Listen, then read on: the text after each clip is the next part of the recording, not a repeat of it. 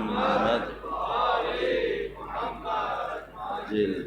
روایت عرض کروں گا آپ کی خدمت میں. روایت مولا امیر المومنین سے ہے. درود بھیجیں محمد و آل محمد. اللہم صلی علی محمد و آل محمد وعجل فرج. امام فرماتے ہیں کہ اگر یہ 5 عادتیں نہ ہوتی تو سارے لوگ نیک اور صالح ہوتے، پوری انسانیت صالح ہو جاتی اگر یہ 5 عادتیں نہ ہوتی. امام کیا فرما رہے ہیں؟ فرما رہے ہیں تم کچھ کر لو، یہ 5 عادتیں تمہارے اندر نہ آئیں. صحیح ہے بھائی. 5 دن ہم نے آپ کی خدمت میں عرض کیا. بہت دفعہ ایسا ہوتا ہے کہ میرے ساتھ خود ہوتا تھا کہ مثلا میں کہیں بیٹھتا تھا، 1 گھنٹہ میں نے سنا، لیکن اس 1 گھنٹے نے میری پوری زندگی کے لیے لائن آف ایکشن دے دیا کہ بھئی یہ تمہارا کرنے کا کام ہے. تو 1 گھنٹے نے زندگی کے لیے لائن آف ایکشن دے دیا. یہ ہوتا تھا. لیکن بعض اوقات ایسا ہوتا تھا پورا گھنٹے بیٹھے رہو اور کوئی لائن آف ایکشن کی بات سمجھ میں نہیں آتی تھی کرنا کیا ہے. تو گویا ہم نے علم کا ایک دریا بہا دیا، لیکن اس دریا میں کون کشتی چلائے اس کی کسی کو اجازت نہیں ہے.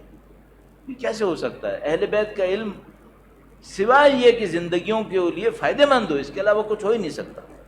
تو انہوں نے فرمایا 5 عادتیں. اب آپ کیا کیجئے؟ 2 کام کیجئے گا.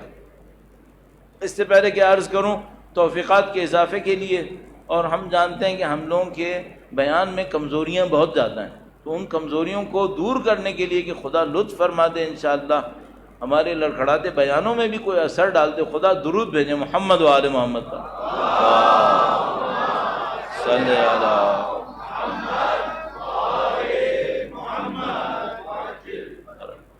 فرمایا اگر 5 عادتیں ختم کر دو، 5 چیزیں ختم ہو جائیں، ساری دنیا صالح ہو جائے گی. پہلی صفت میں نے کہا 2 کام آپ نے کرنے ہیں. سب سے پہلے اپنے آپ کو ایویلویٹ کیجئے گا، یہ میرے اندر تو نہیں ہے. سب سے پہلا کام یہ دیکھیے گا میرے اندر تو نہیں ہے. اچھا اگر ہے تو آپ نے اپنی زندگی میں مقصد بنانا ہے کہ اس کو میں نے ختم کرنا ہے، اس کو میں نے ختم کرنا ہے. صحیح ہے. پہلی صفت فرمایا اولها القناعۃ بالجہل، اپنی جہالت پر قانع رہنا. کیا مطلب؟ بندہ جانتا ہے مجھے نہیں پتا، کوشش نہیں کر رہا کہ جان دے. بھئی قناعت کہاں اچھی ہے؟ دنیا کے معاملے میں قناعت بہت اچھی ہے، بہت ضروری ہے. کیا مطلب؟ 3 جوڑے کپڑے میں گزارا ہو سکتا ہے نا، 10 مت بناؤ. ایک گھر میں گزارا ہو رہا ہے، اس میں زندگی گزار لو. کوئی کہے مولانا کمانا منع ہے، نہیں کمانا منع نہیں ہے، غلط جگہ خرچ کرنا منع ہے. حلال کماؤ، بھر بھر کے کماؤ، سوچ سمجھ کے خرچ کرو. اللہ نے خرچ کرنے کے لیے بہت جگہیں رکھی ہیں، وہاں کیوں نہیں خرچ کر رہے؟ تو کمانے میں کوئی بندش نہیں ہے، حلال کمانے میں کوئی بندش نہیں ہے. کوئی انسان کہے مثلا میں نے $1 ارب کما لیا تو کیا یہ تقویٰ کے خلاف ہے؟ نہیں واللہ کبھی تقویٰ کے خلاف نہیں ہے. صرف یہ بتانا تم نے اپنے اوپر کیوں اتنا خرچ کر لیا. تو آپ سوچ سمجھ کے خرچ کریں. قناعت دنیا کے معاملے میں بہت اچھی چیز ہے، بہت اچھی چیز ہے. اب اگر کوئی قناعت کرے جہالت کے اوپر، نادانی کے اوپر، یہ بہت بری چیز ہے. کیوں محنت نہیں کرتے کہ معلوم کرو؟ امام فرما رہے ہیں اگر لوگ یہ نہ کریں صالح ہو جائیں گے. تو اب آپ مثال کے طور پر میں نے کہا تھا سب سے پہلے اپنے اندر چیک کیجئے گا. اچھا اب آپ اپنے اندر چیک کیسے کریں؟ چیک ایسے کیجئے گا کہ کتنے دن میں ایک دفعہ آپ علم حاصل کرنے کی جد و جہد کرتے ہیں. علم کی جد و جہد، یہ بیٹھ کر یوٹیوب کے اوپر ادھر ادھر سوشل میڈیا کے اوپر بے فرقی چیزیں ادھر کرنا ادھر سے لینا ادھر پھینکنا، یہ علم ہے؟ علم کی بات کرو، سبسٹینشل علم. علم کی کتنی جد و جہد کی ہے. پہلی چیز جو امام نے فرمایا جہل، القناعۃ بالجہل. کوئی شخص جہالت کے اوپر قانع ہو جائے، علم حاصل کرنے کی کوشش نہ کرے، بہت بری چیز ہے. دوسری بات جو ابھی باتوں میں آئی، الحرص علی الدنیا. دنیا کے اوپر مرے جا رہے ہیں. دنیا میں کیا زندگی نہیں گزارنی؟ ہم نے دنیا میں زندگی گزارنی ہے. ہم نے پہاڑوں پہ نہیں جانا ہے، ہم نے جنگلوں میں نہیں جانا ہے. پہاڑوں جنگلوں پہ بھی جائیں گے وہ بھی دنیا ہوگی.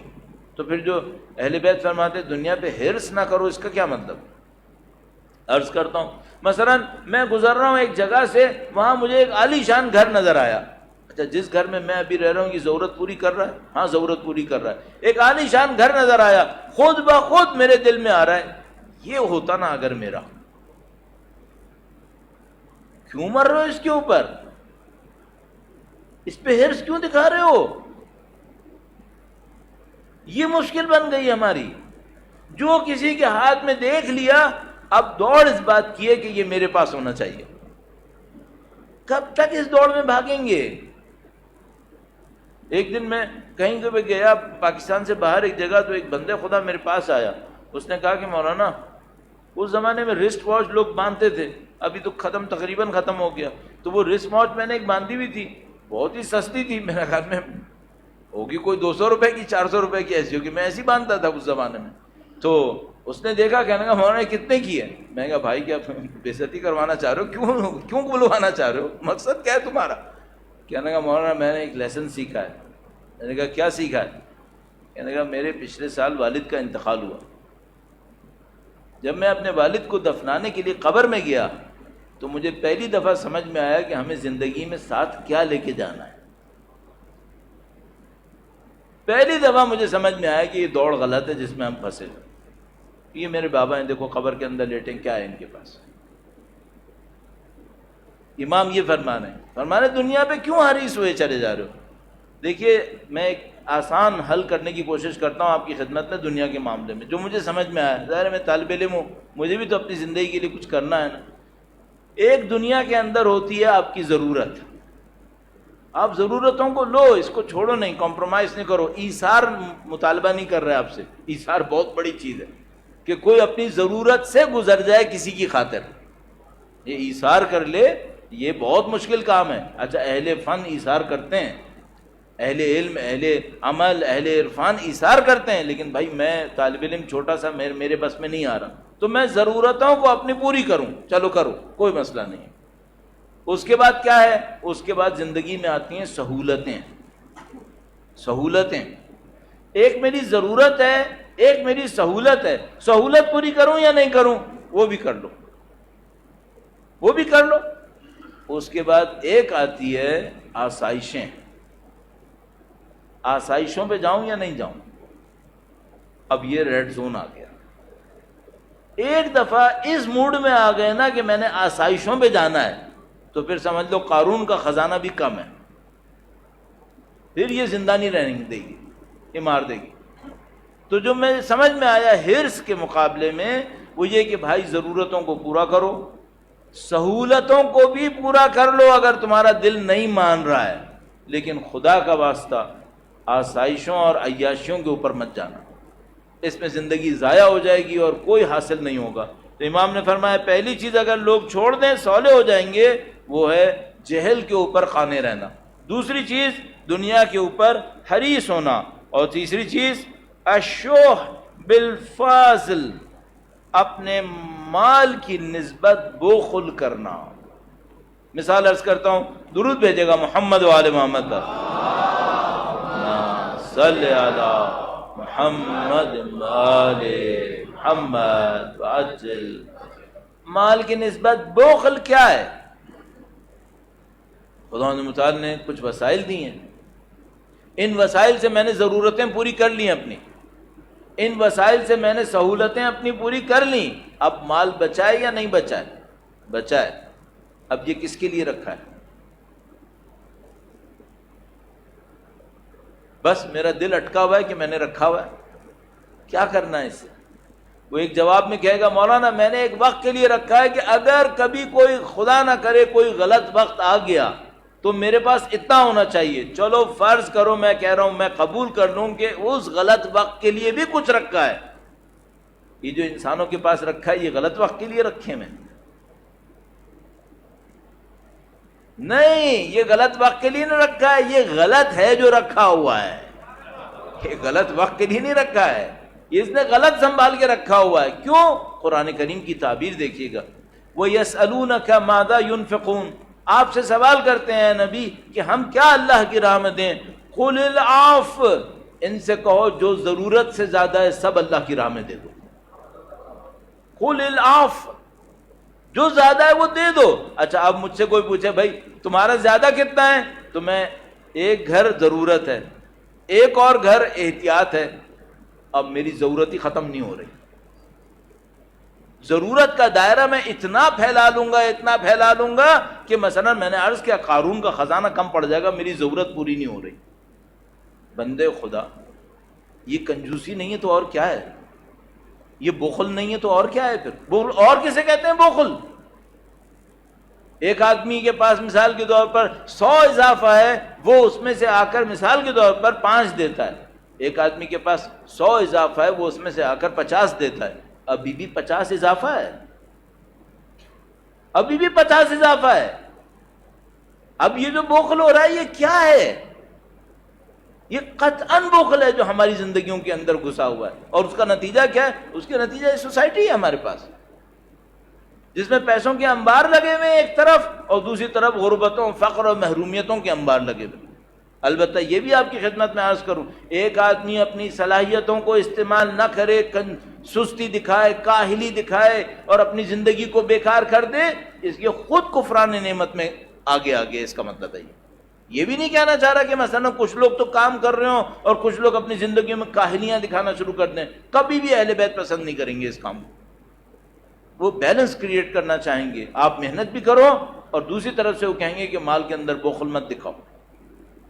بخل نہ دکھانے کا مطلب کیا ہے؟ سخاوت دکھاؤ، سخاوت دکھاؤ. جہاں واقعا تمہارے مال کا حق ہے اس کو دینے میں کمی مت کرو. دے تو جان چھڑاؤ اپنی زندگی سے.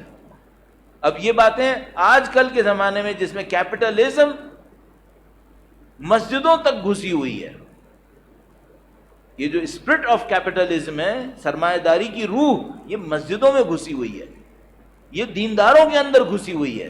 اس کے مقابلے میں یہ ٹیکسٹ ہیں، اہل بیت کی تعلیمات ہیں، یہ اسکیل ہے ہمارے پاس. اور ہم اتنا غرق ہوئے ہوئے ہیں اس وقت اس سرمایہ دارانہ ذہنیت کے اندر کہ یہ جو جیسے یہ ٹیکسٹ ہیں، یہ روایتیں ہیں، یہ ہمیں دوسری دنیا کی باتیں لگتی ہیں.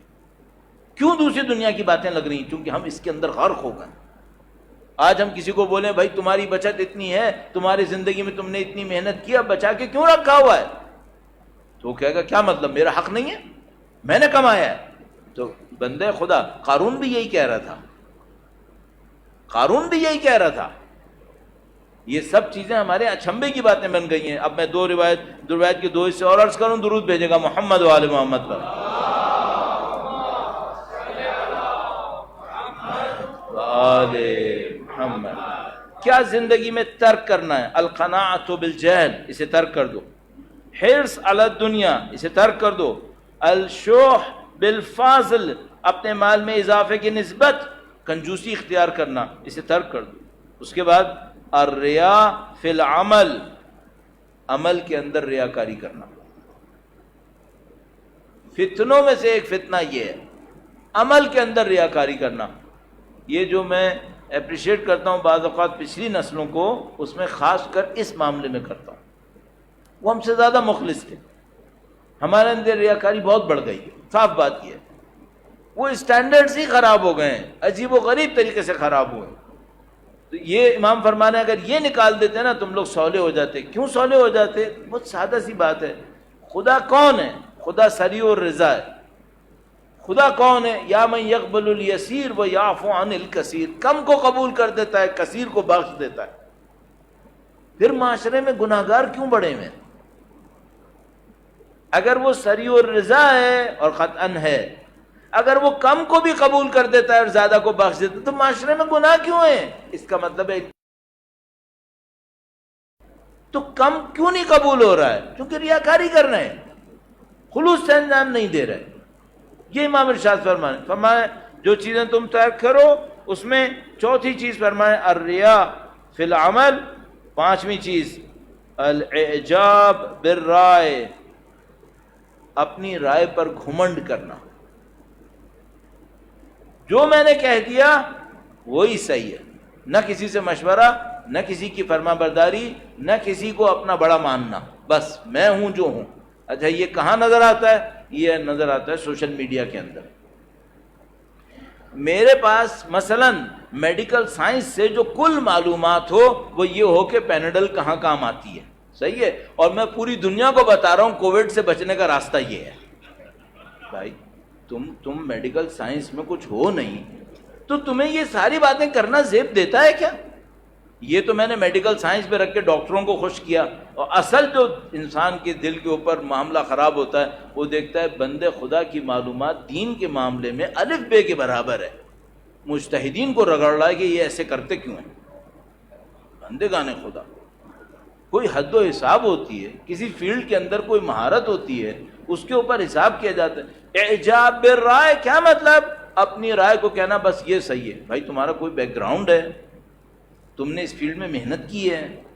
تم نے اس میں کوئی اپنے شب و روز لگائے ہیں؟ کہیں سے سیکھا ہے؟ کیا کیا ہے؟ کچھ نہیں۔ میں سوشل میڈیا کا چیمپئن ہوں، کوئی میرا راستہ روک سکتا ہے کیا؟ بولے جاؤں گا۔ اچھا، اگر اچھی عادتیں معاشرے میں پھیلتی ہیں تو معاشرہ صالح ہو جاتا ہے۔ اگر معاشرہ صالح ہوتا ہے تو کیا ہوتا ہے؟ وَلَوْ أَنَّ أَهْلَ الْقُرَىٰ آمَنُوا وَاتَّقَوْا لَفَتَحْنَا عَلَيْهِمْ بَرَكَاتٍ مِّنَ السَّمَاءِ وَالْأَرْضِ۔ اگر اہل قریہ ایمان لاتے ہیں، تقوی اختیار کرتے ہیں تو ہم زمین و آسمان کی برکتیں ان پہ نازل کر دیتے ہیں۔ اور اگر یہ 5 صفتیں رائج ہو جائیں پھر کیا ہوتا ہے؟ ظاہر برکتیں نازل نہیں ہوتی۔ جب برکتیں نازل نہیں ہوتی تو کیا ہوتا ہے؟ معاشرے میں فساد مچ جاتا ہے۔ معاشرے میں فساد مچنے کا مطلب کیا ہے؟ یہلک الحرث والنسل، نسلیں اور کھیتی برباد ہو جاتی ہے۔ نسلیں برباد ہو جاتی ہیں، کھیتی برباد ہو جاتی ہے۔ حرث اور نسل، حرث کہتے ہیں کھیتی کو، نسل وہی اردو میں بھی استعمال ہوتا ہے نسل۔ یہ قرآن کریم نے ارشاد فرمایا، یہ فساد ہوتا ہے۔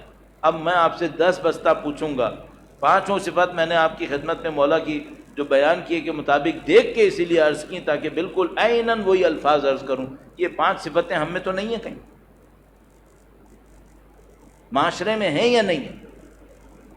اب آپ کو سمجھ میں آ جانا چاہیے، مجھے طالب علم ہونے کے ناطے، آپ کو سامع ہونے کے ناطے، بھائی زندگی کی جنگ یہاں ہے، اس سے لڑنا ہے۔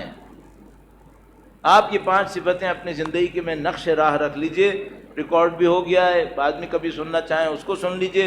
میں اکٹھا ایک جگہ اور بول دیتا ہوں تاکہ کوئی اگر مثال کے طور پر ایک جگہ کہیں سننا چاہے تو اسے 20 منٹ نہ سننا پڑے، پوری روایت ایک جگہ اس کو 1 منٹ میں مل جائے۔ پھر درود بھیجے گا محمد و آل محمد پر،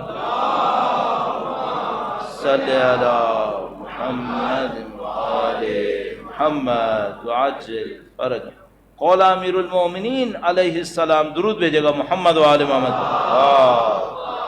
صلی علی محمد و آل محمد وعجل فرج۔ لولا 5 خصال لصار الناس كلهم صالحین، اگر 5 بری عادتیں نہ ہوتیں تو سارے انسان صالح ہو جاتے۔ اولها القناعة بالجہل، اپنی نادانی اور جہالت پہ قانع ہونا۔ والثانی الحرص علی الدنیا، دنیا کے اوپر لالچ اور حرص دکھانا۔ والثالث الشح بالفاضل، اپنے اضافی مال کی نسبت بھی کنجوسی کرنا، ایثار کی بات نہیں ہو رہی۔ الرابع الریا فی العمل، عمل میں ریاکاری کرنا، خلوص سے عاری ہونا۔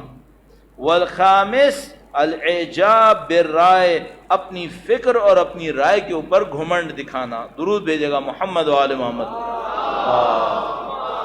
صلی علی محمد و آل محمد وعجل فرج۔ اب طالب علم ہونے کے ناطے مجھے ایک بات سمجھ میں آئی ہے۔ اس طالب علم ہونے کے ناطے کا مطلب یہ ہوتا ہے کہ دیکھو بھائی، مجھے 36 سال ہو گئے طالب علم بنے ہوئے۔ 36 سال کم ٹائم نہیں ہوتا۔ جب میں طالب علم بنا تو میں